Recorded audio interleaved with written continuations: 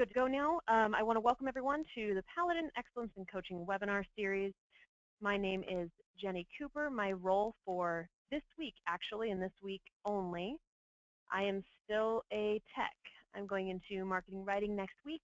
I will still be doing webinars, including the one next week as well, but for now, you've got me as tech. And I've been a Paladin for 2 years. The webinar titled this week is Unraveling the Mysteries of Inventory Control Part 3. So it's the final series of this 3-part series. The description, essentially what I'm going to do, we're going to piggyback off of what we learned last week. So I'll do a quick recap of last week as far as the SOR, the suggested order report, goes. And then we're going to go into how to creating a purchase order from that. Then we're going to learn from that and go over the details of it, okay? The audience technical level is intermediate, and this is going to be for hardware or pharmacy, whatever your fancy is there. And the goal of the Paladin webinar series is to give you an advanced training medium to aid in evolving the use of Paladin systems to make your stores even more successful. For this presentation, I want you to walk away with really truly understanding the suggested order report, getting a good feel for it, and being able to optimize it as much as you can and understand the process of making a purchase order that goes along with it, to give you more time out on the floor with your customers or out in the field with your customers where you should be. I'm going to be assisted by Mr. Chad Klein. He will be responsible for recording the webinar, and they may also participate in answering any questions via text message during and then also after the webinar itself. Everyone will be in listen-only mode by default. We do have the power to unmute certain people or everyone if we deem necessary. And at the end of the presentation, there will be a quick survey. Please go ahead and answer those questions. Tell me how well I'm doing, what I need to improve on. You guys are going to be hearing and seeing me a lot in these webinars, so any sort of feedback I can get would be greatly appreciated. If you missed some of the presentations, and for those of you that simply cannot attend at this time, the webinar can be replayed at Paladin point of sale, all spelled out one word.com/webinars. A copy of the presentation can be downloaded from the same location as the webinar replay. Okay. Let's go ahead and begin with slide 1. So as I said, Unraveling the Mysteries of Inventory Control Part 3. This is at an intermediate tech level. Okay, what we're going to do here, we're going to explain how to create a purchase order from the SOR, or the suggested order report. We're going to learn how to process a purchase order, receive that purchase order, and we're going to show you how to do that for both EDI vendors and non-EDI vendors, as it is available for both.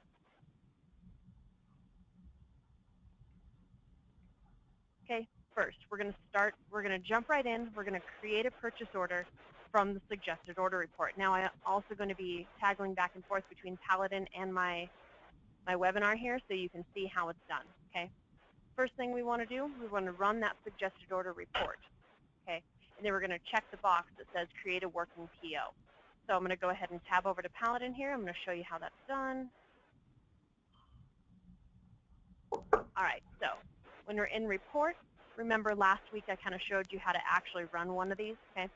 So in the reports module, inventory, purchase order, suggested order report. Sorry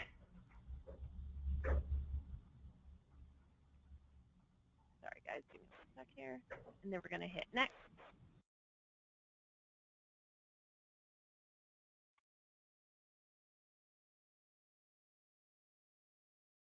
And then from here, this little checkbox is what I was talking about, create working PO from this data. Now, last week, we started to clean up your inventory to get your suggested order report where it really needed to be. So as you can see, we've got part number, department, supplier, class, location. So if you want to practice this and create a working purchase order just from the one department, class, or location that we talked about last week, your smallest one, that's totally fine too until we get everything to where it needs to be your full big suggested order report. So we're going to select create working purchase order from this data, and then we're going to hit F12 or run report. Okay, and then that's going to create, it's going to run your suggested order report first. So you're going to get your PDF version of this, but then also you're going to have a purchase order, and I will show you how to recall that purchase order as well. Let's see, it's going to pop up here. it over so you guys can see it. As you can see, the suggested order report, standard PDF, your standard SOR that we talked about last week. It's going to do this, and then it's going to go ahead and create that PO.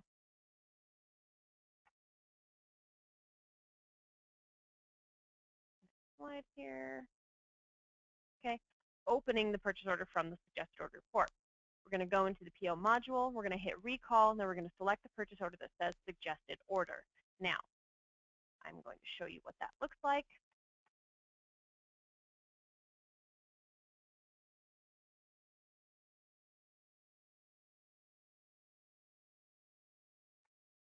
Okay, we're going to go into the PO module here.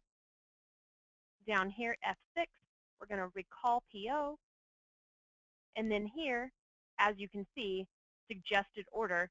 Now, it says Paladin support because I'm logged in as Paladin support. So what it'll say here is the name of the person that happens to be logged in at the time. Okay. And then we're going to hit F12 or recall. What it's going to do, it's going to pull up a purchase order. As you can see, I ran, for this database specifically, I didn't have any filters on it, so this is a full suggested order report. But this is a purchase order based off of the quantities and the data that's pulled over from the SOR. Okay?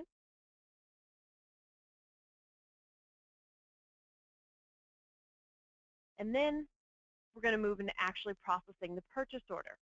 So what we're going to do here, we're going to review the PO items and the cost to make sure everything is good to go. We're going to hit F8 or confirm, and then F8 or buy. You can also print a test copy if need be to see any conversions that may take place. And we'll show you what I mean with that. So right here in this purchase order, okay, current stock on hand and any ordering, and then how many quantity that it's going to say that you need. This is based off of the suggested order report. So, for example, it's saying that this part number, you need 3 of them. It's showing the cost per, your cost per, and then the extension of what that's going to be. Now, you can change this to whatever you want. So let's say, you know what, the suggested order is great, but I know for a fact I'm having a sale, or this time of year just happens to go up that hasn't been accounted for yet in the SOR. We can go ahead and change that just like you would a standard purchase order. Okay. We look through, make sure everything's okay. Yeah, I want to go ahead and change this to 5. And then we're going to F8. We're going to confirm it. It's saying that, yes, we do agree. Everything is good to go, and it's tight knitted to where it should be. And then here, we're going to go ahead and buy it. Now, the last part of that slide where I say you can print a test copy if need be to see any conversions that are going to take place. You can hit F7, print test copy. What that's going to do when I say conversions, it's anything to do with supplier ratio. So if you have any sort of supplier ratio item, so for example, a 250-foot roll of wire, okay, you may have to purchase it in the 250-foot rolls, but you sell it by the eaches. That means conversions need to take place. So you have a supplier ratio and Paladin set up. So with that said, those conversions are going to show on the print test copy. It's also where supplier quantity, the order or the column of supplier quantity in supplier ratio, that's going to show. Okay, that's where the conversions happen. So when you print that test copy, if you put in 250 but you really mean 1 roll, that print test copy is going to show 1, or vice versa. It's going to do that for you just to make sure that your conversions are correct. If you need to go ahead and touch base and check that out first, feel free to go ahead and do so with that test copy. Once you look at your conversions, everything's okay, you're good to go, you go ahead and hit yes, buy. I do want to purchase these items. Hit F1 buy. If there's a purchase order number in here, you want to go ahead and put that in, whether it's a reference from the supplier itself or you have your own purchase order number that you need to reference. Otherwise, Paladin will assign one for you. You hit next, and then it's done. Okay? And then going back to the slideshow. Now, say a couple days went by, You've done your purchase order, you're good to go. Now it's time to receive that purchase order. We're going to go through all these steps. I'm going to briefly run through them, and then I'm going to show you in slower mo how to do this inside Paladin. So to receive it, we're going to go into the PO module. We're going to click F5 to get into receive mode, find PO, select the PO that's needed, and open it, adjusting stock on hand based off of what was actually received. As we all know, just because you ordered it doesn't mean you actually receive it. Hit F8 or process, and then we're going to go ahead and process again because we like to double check and make sure that that really is indeed what you meant to do. So going in a little slow-mo, we're going to go ahead and do this inside Paladin. So we're already in the purchase order module. Okay, we're going to go to F5 receive mode. That part's really important. Otherwise, you're never going to be able to find this purchase order. So you really want to make sure that you're in that receive mode. Then we're going to hit F6 or find PO. We're going to find the purchase order that we need. In this case, I had selected supplier 1 and the vendor, so this is the one. Okay, and you can always triple check by looking at the date, the number of item, and if you know roundabout at what it was costing you, you can look there too. So then we're going to open it. Now from here, we're going to adjust any stock on hand. We're going to adjust it in the receive column. So let's say this knife joint here, okay? You ordered 10 of them, but you only received 5 for whatever reason, whether they were on back order or the supplier just messed up and you only got 5 of them. It's important you go ahead and adjust that. That way Paladin can automatically adjust your accurate stock on hand and then move those additional 5 into the back order area. Okay, it's going to be that on order column that you have in your inventory screen. It's going to show that, and it's going to keep this purchase order open until you're able to get those other 5 on order that you need. That way your stock on hand is accurate and you're not liable for remembering all these on orders or mistakes that may or may not happen during your freight process. Okay, so let's go ahead and say that's the only one. We went ahead and adjusted it. As you can see, our total also adjusted. Okay, and then we're going to go ahead and hit F8 and process this. And then here you can print your receiving. Okay, you can reprint the purchase order as well. So you can go ahead and print out what you actually did receive versus what the PO says. It's going to adjust those quantities as needed. We're going to go ahead and hit process. Here's where we have any freight. If there's any freight associated with this, you put it in, it's going to add it into the total cost of the PO, and it's going to do its adjustments there. And then we're done. And then it automatically goes back to the purchase order module. Okay.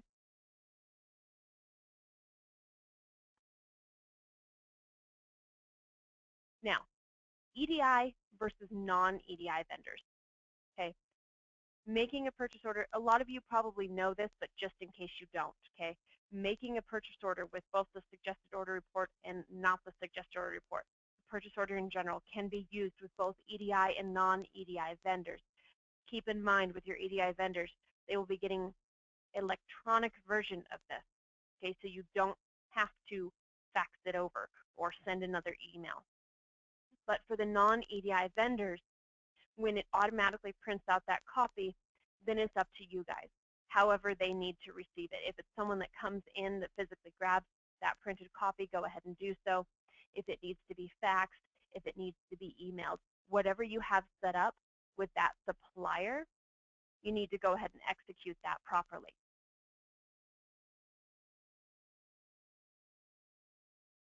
There are a few different resources that are available when it comes to the suggested order report and when it comes to purchase orders and kind of combining the two, okay? How to process purchase orders. It essentially goes over what we went over in this webinar, but also just making purchase orders in general, not just creating them from the SOR, okay? The suggested order, it's such a magnificent tool, and it's so large. There aren't a whole lot of knowledge base articles or KBAs on them yet. We're working on it, but there are so many different angles with this SOR. We want to make sure that it's absolutely perfect before we unleash it into the wild to you guys. So some are available. Most of them are not at this point. but they can be found inside Paladin under the Help menu, and I want to go ahead and go through that with you. This is kind of a shorter webinar, so I want to go ahead and take some time with this stuff and really go over things. Now, also, for those of you who are not here in part 2, we've got a little bit of time as well, and I want to open the floor to some questions, if need be, about the suggested order report and how this all tangles in, if need be, here in a second. So for those of you that don't know and you're looking for these resources, up in Help, you can go to Knowledge Base, and then what it's going to do, it should, I don't know if this computer is set up. It's not. So what it's going to do, it's going to automatically, nope, it is good. So it's going to automatically log you in to the knowledge base, and then you can search the knowledge base from here. Okay. So, for example, purchase orders, if I can spell it right.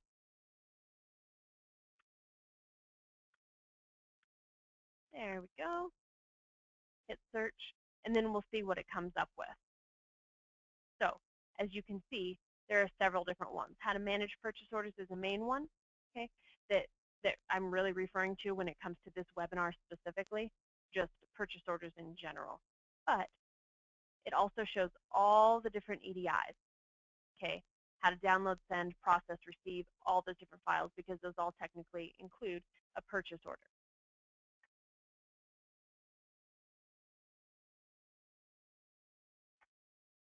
So that's kind of what I have for you guys today. That's pretty much the end of the webinar. It's a fairly quick webinar just for the fact that it's mainly just going over purchase orders. Now, I want to recap from last week a little bit. Last week, if there are any of you that are attending that were here last week as well as this week, I want to go over the process again real quick of how to clean up the suggested order a little bit, or rather clean up your inventory to make sure that we are good to go as far as that goes. So let me get over into Paladin to briefly talk about that a little bit. So remember a couple of different things inside the purchase order. I'm going to make this bigger here so you guys can see this. A couple of different things that you want to look for to clean up your inventory for that purchase order. Like this guy here, there's only been 3 ordered in the past year. Chances are that's a special order. So any items that you see that are like this, that have 1 to 4 that have only been ordered in the past year, chances are it's a special order. So you want to go ahead and set that max quantity to 0 and lock it. And then from then on out, you want to follow our knowledge base article on how special orders actually work. And you want to really utilize that inside Paladin. Otherwise, it's going to show up on your suggested order the entire time. Locking issues. That's another huge one. Locking your minimums and maximums when they really shouldn't be locked. You can look at that here. These seem pretty normal. Minimum 0, maximum 9. Here's a minimum of 10, but a maximum of 999. Well, that seems a little strange considering there's nothing that's even being sold. So you want to take a look at that and say, well, why is that a minimum of 10? You want to look in the inventory module. You want to take a look and see kind of what's going on there as far as that goes. And then the other major one is supplier ratio issues.